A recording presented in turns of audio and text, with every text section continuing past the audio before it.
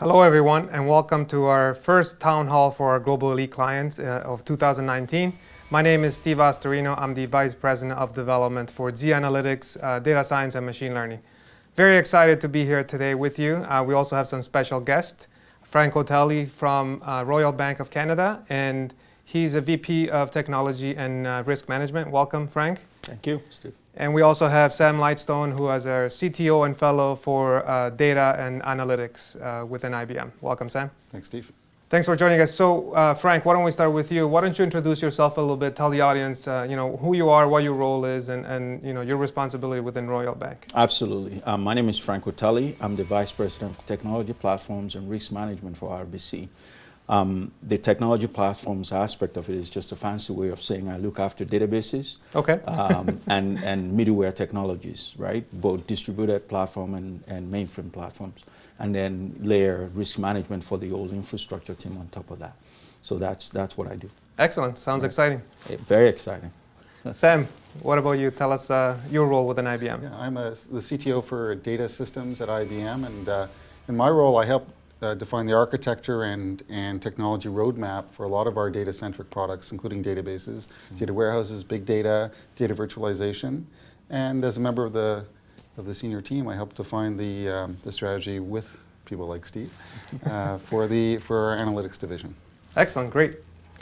So, Frank, why don't we start with tell us about the transformation in this digital era that is happening within the bank industry. Obviously, this is the role that you play, right. Very critical to the bank and to the success of the bank. So, can you tell us what some of the challenges are in this space? Absolutely. The financial industry and the banking industry generally is going through a lot of transformation, and it's a digital age.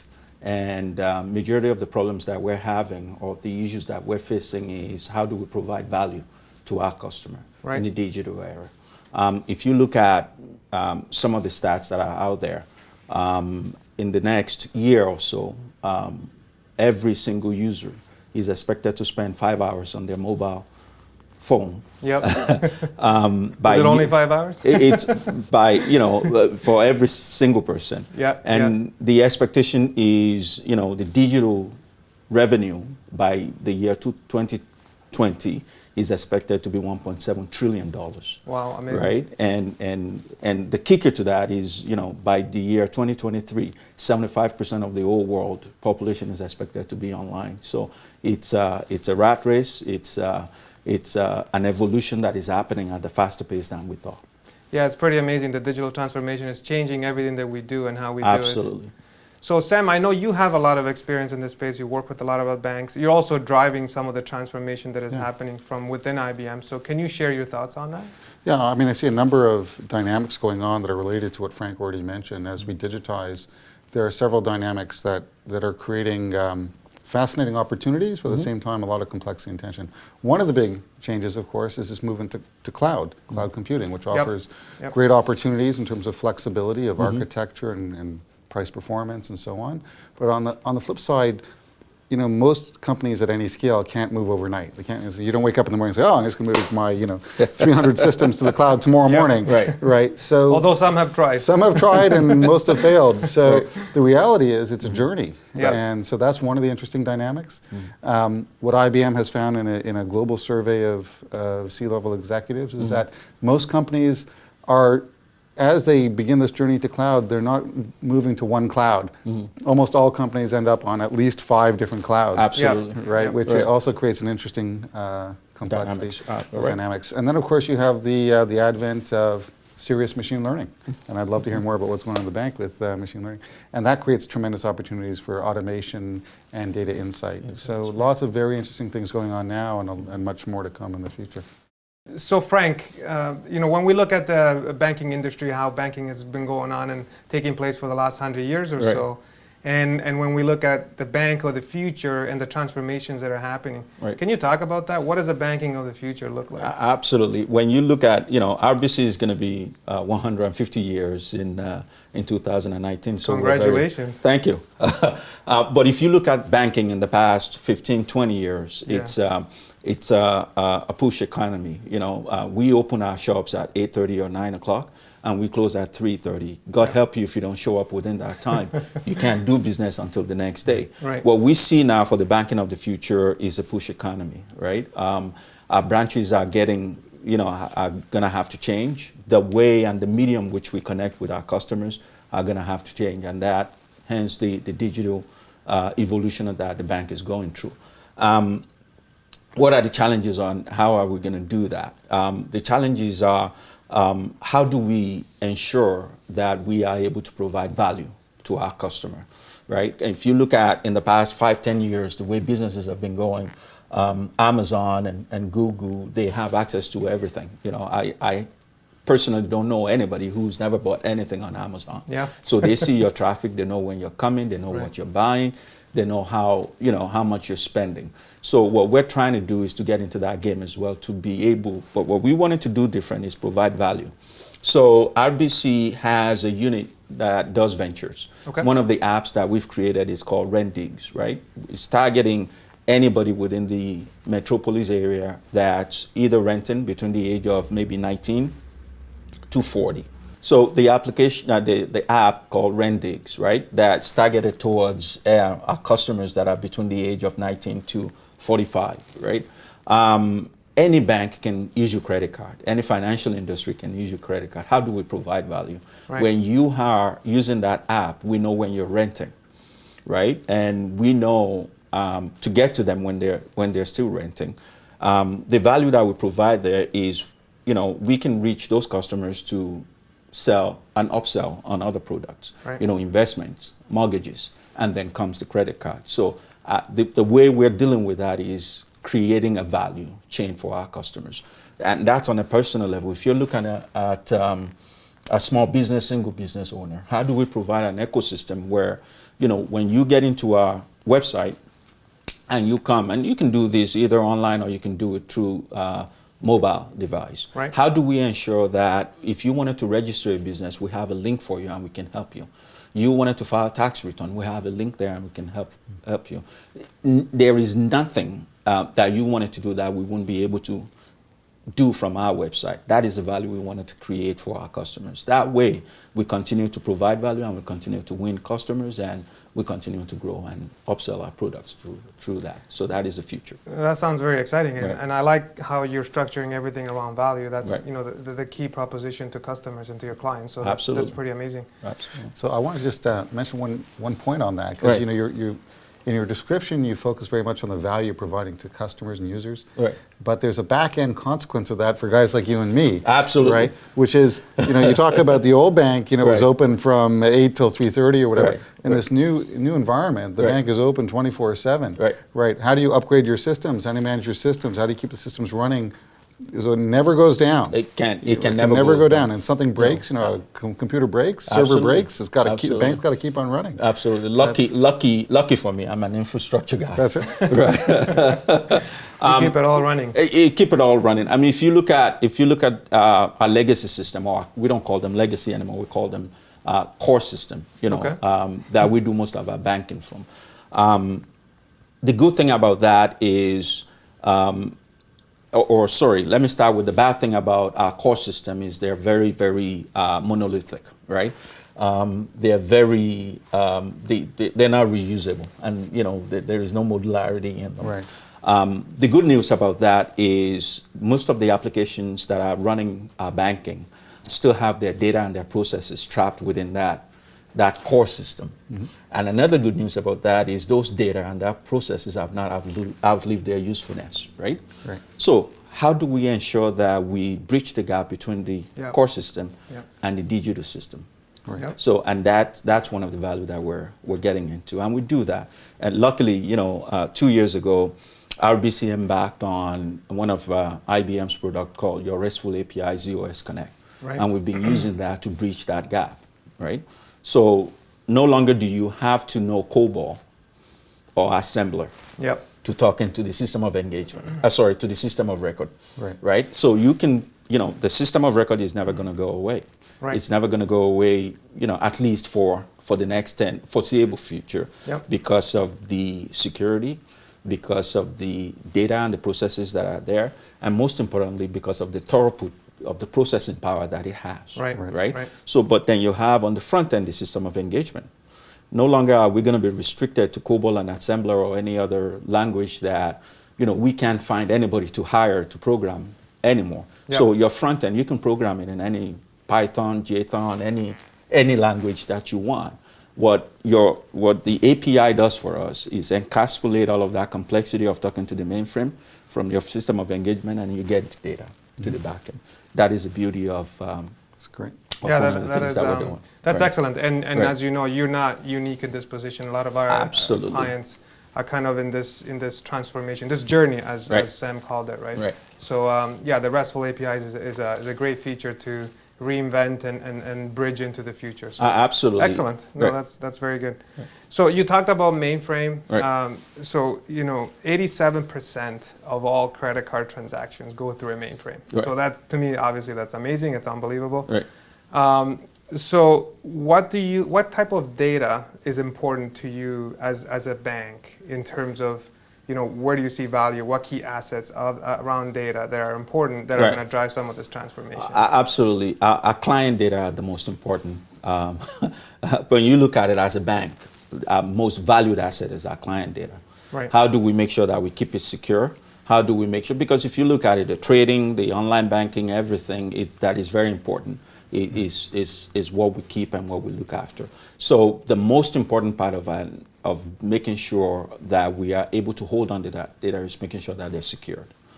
Like I said earlier, the data is there, the processes are there. Right. How do you make sure that you expose that data in a very secure manner? Because I have to put my risk hat on for a minute. Yep. To ensure that you're not opening ourselves up for any risk possible. I would argue that's one of the most important things. Absolutely. Right? So we keep our client data safe, and it's the exposure of it. Because when you look at the digital age, right, you can do three things with APIs. First of all, it gives you an ability for the new digital technology to design them, because you need the data of the past to design the technology of the future. Yep. Because the data is still there. So the first value that APIs bring to you, right, is the ability to be able to get access to that data. And that's number one. Right. Number two, it gives you the ability to take that data and develop new applications for the future, right? And the third thing that it does for us is an ability to take that data and enable us to connect, like you said earlier, either to the cloud, whether it's on-prem, or whether it's a public cloud. But what's important in those three things that I mentioned is the ability to make sure that we do it right, make sure it's secure, and we do that with role-based policy, right? So that is what's important. So one, what is the most important data for us as a bank is our client data. Second, we make sure that when we take it out, or if we have to take it out, we do it manage it in a very secure manner. Great. Yeah. So Sam, I mean, you are the data architect, the data, our CTO. So what's your view on that, about what Frank is saying? And how does that, jive with what you're hearing? Well, this is exactly what we hear from, I'd say not only the banks, but from a lot of the large corporations, large enterprises of the world. Right. The need to modernize, the need to evolve, but to do so in a gradual way, not overnight. And certainly the API economy is real, and REST APIs have become a very powerful paradigm for separating, as you described it, the systems of engagement and so on. And it seems like every day there's like someone's got a new front-end language. It's Go, it's Angular, it's React, it's like, wow. And so, you need to have these things separated from the back end, because the back end can't change that quickly. Absolutely. But the other thing that's fascinating to me is, when people begin to engage with cloud computing, cloud computing really means putting an application or data or both in someone else's building. Because don't forget, we think of it as a cloud as sort of amorphous, but at the end of the day, someone's got a building somewhere. Yep. Correct. Right? To live somewhere, There's actual some computer running somewhere. So it's not disguised. So the challenge there is you got to be comfortable taking your data and putting it in the hands of someone else, in some other geography, and some other person. Right. And financial institutions, I think, have been correctly, very correctly, late adopters, because they need to know with certainty. Right. You know, you talk about the importance of protecting your customer data. You need to know with Absolutely. certainty that when you move it into someone else's building, someone else's data center, that it is secure, that nobody's looking at it, nobody's messing with it, Or getting nobody can get access to it. Correct. Right. So this is all part of that journey, Right. and that's why you know, one of the things that we've been working on at IBM is this notion of private cloud. So you get some of the benefits, a lot of the benefits of the public cloud experience, the economies and the efficiencies and the simplification, without the risk of necessarily putting your data in someone else's building. So that's a huge part of what we're trying to provide, as well as the realization that data is also going to the public cloud and being able to virtualize and see that data wherever it lives. So these are two themes of what we've been working on to help you in the journey. And that's really very important, because when you look at, I mean, I always separate it with client data and data that are not client-based, right? You know, in our company, we have a two-cloud strategy. You have the on-prem strategy, and then we have the public cloud strategy, which is hybrid, you know, multi-platform strategy with regards to where we go. When you look at majority of the public cloud providers, what they give you is the computing resources. How you secure your data, the port and all of the encryption is still up to the company that is going there. So that's what's really very important. The value that you're going to bring is the on-prem, you know, the ability to provide that agility, that scalability, and that security behind everybody's firewall. And I think that's where the value is. And talking about security, I mean, one security breach could cost the company millions and millions of dollars, and the reputation of their brand. I mean, it's insane, right? It's unbelievable. You know, I was giving you a little bit of stats earlier. By year 2020, it's expected that the digital economy, you know, revenue is going to be $1.7 trillion. The bad news to that is by year 2021, the damages that cybercrime is expected to inflict on the economy is about $6 trillion.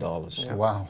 Right? Wow. And with the 75% of the world expected to be online by 2023, you can just imagine, right, the amount of, you know, damage that can do. So security, number one, security, number two, and number three, security, making sure everything is secure. So Frank, you mentioned this, you know, the growing number of people who are going to be online and online banking, and the, you know, how that sort of feeds this problem with fraud, and then you know, increase opportunity for the fraudsters. So I think it's also an increased opportunity for us to leverage machine learning. Absolutely. This is where, you know, machines and machine learning can look for the interesting patterns, sniff out, you know, those transactions that look like they're just not right. There's some pattern there that just doesn't make sense. And increasingly, one of the beautiful, elegant things that's going on in the domain of machine learning is inline machine learning, where people can run the machine learning, applications can run machine learning algorithms in line with the transaction. You know, it's not a post-processing thing that you do the next day, but actually at the moment of the transaction, it's fast enough. It's fast enough that you can actually start to look for these trends in real time and catch the fraudsters in the act, not 3 days later. So I think, you know, so it's interesting. There's a rising problem, but as the problem rises, there's a rising solution for it as well. That would be fascinating, because catching a bad transaction or the fraud right at the inception of it will provide a lot of value. Absolutely. Yeah, and in machine learning, so machine learning is obviously very close to my heart. I work a lot with data science and machine learning and AI, and being able to do what we call in-transaction scoring. So being able to call the machine learning algorithms in real time during a transaction within a few milliseconds is critical in being able to kind of prevent or ensure security in these systems. Absolutely. So how far along are you on that? Oh, we're very close, actually. Our machine learning on Z product, we actually have a machine learning product on the mainframe. That one there can do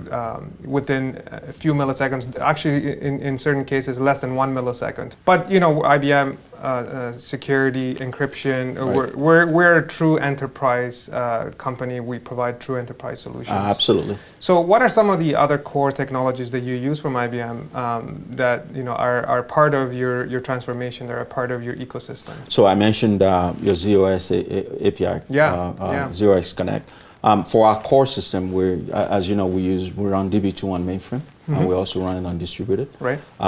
For our middleware enterprise, we use our IBM WAS and MQ for our transaction. So those are some of the technologies that are powering our online banking and That's all awesome. other transactions as well. And by the way, I also manage DB2 in the mainframe. So if you ever need any help,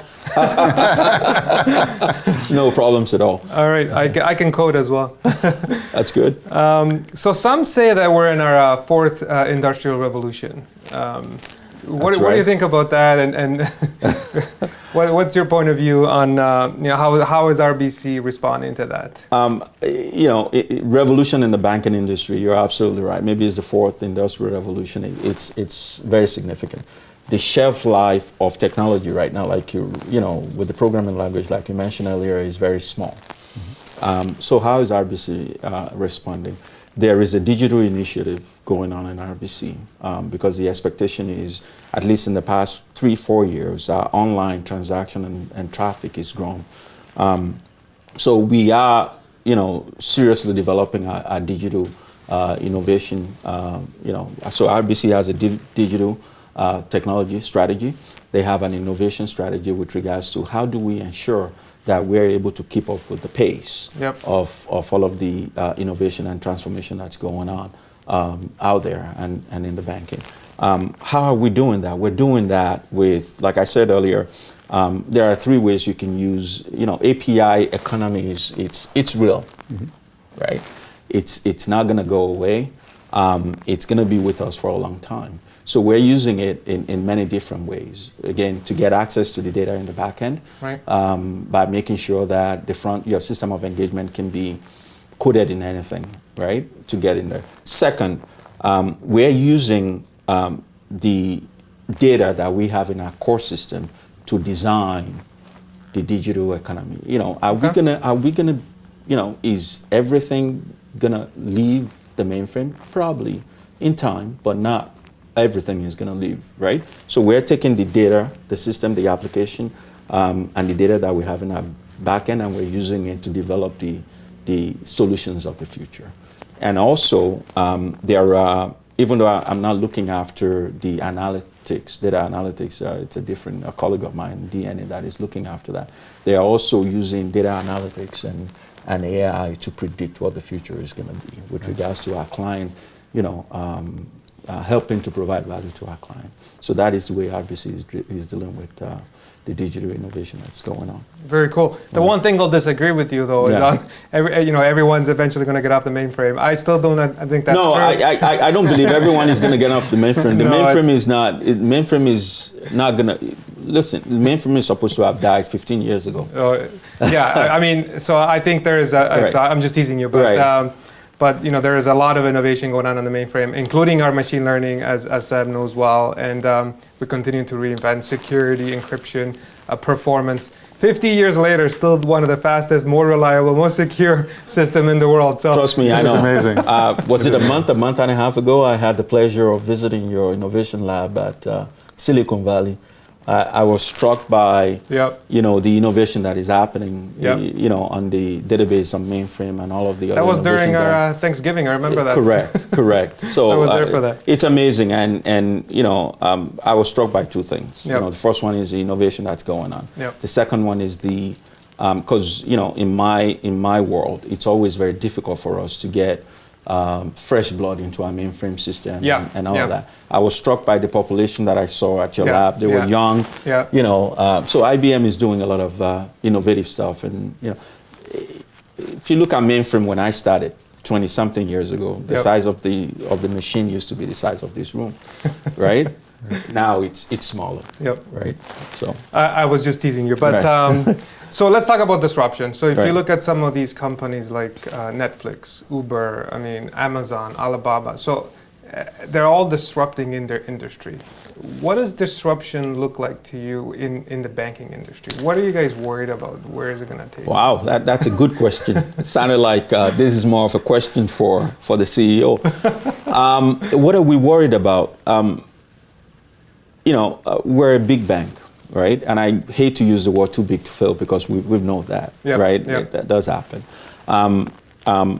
What is going to happen with the bank? The bank is not going to go out of business tomorrow. That's for sure. Yep.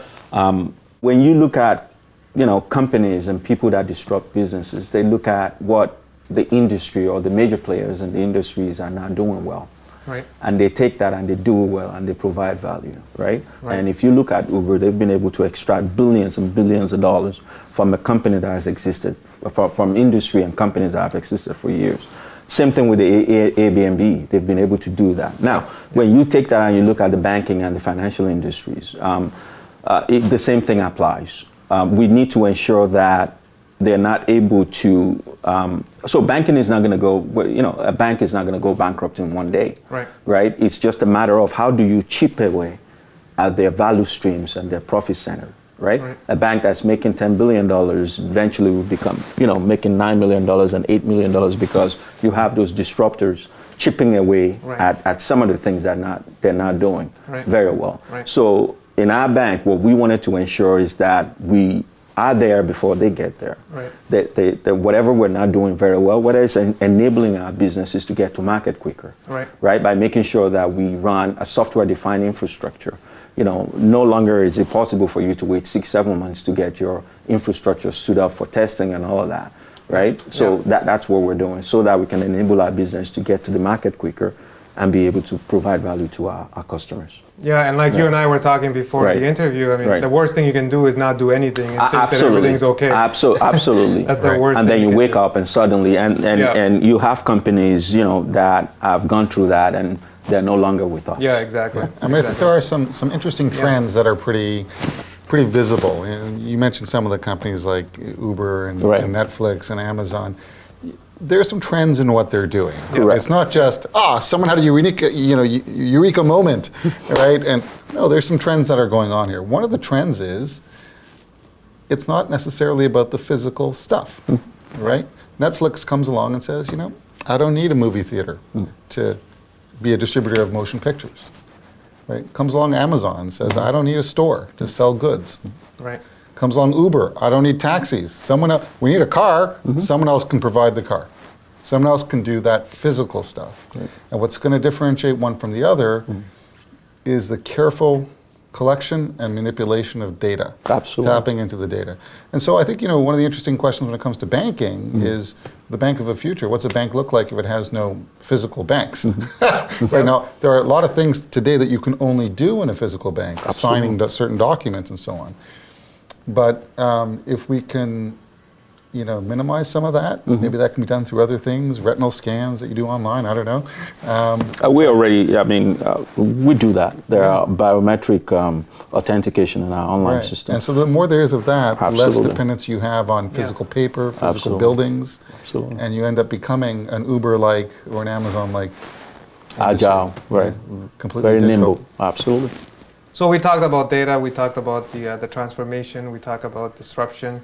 So you talked about value. So when we look at working with your clients, your client experience, so how does that look like in the future? What are you guys doing and where are you headed when we're talking about your client relationships? We are going to be a bank that is enabled by technology. Okay. We are going to be a bank that is able to meet our customers whenever, wherever, and by which any necessary means to make sure that we're able to provide value to them. That is the bank of the future, and that is, again, it's all about value. Yep. It's all about value. That's very exciting. Right. It's very exciting. So Frank, Sam, this is a great discussion actually, so thank you for joining me and the crew here. We covered a whole bunch of things, a whole bunch of areas around data, around transformation, about digital, about security, machine learning that Sam brought up. So thank you very much. I look forward to continue to work with you. And Royal Bank is a great partner for us, working within the Global Elite program. Absolutely. So thanks a lot. You're welcome, Steve. As you mentioned, IBM is an an RBC strategic partner, and I'm looking forward to working with you on, innovative stuff to help us put us in the new economy. Great. Absolutely. Thank you very much. Thank you. Thank you.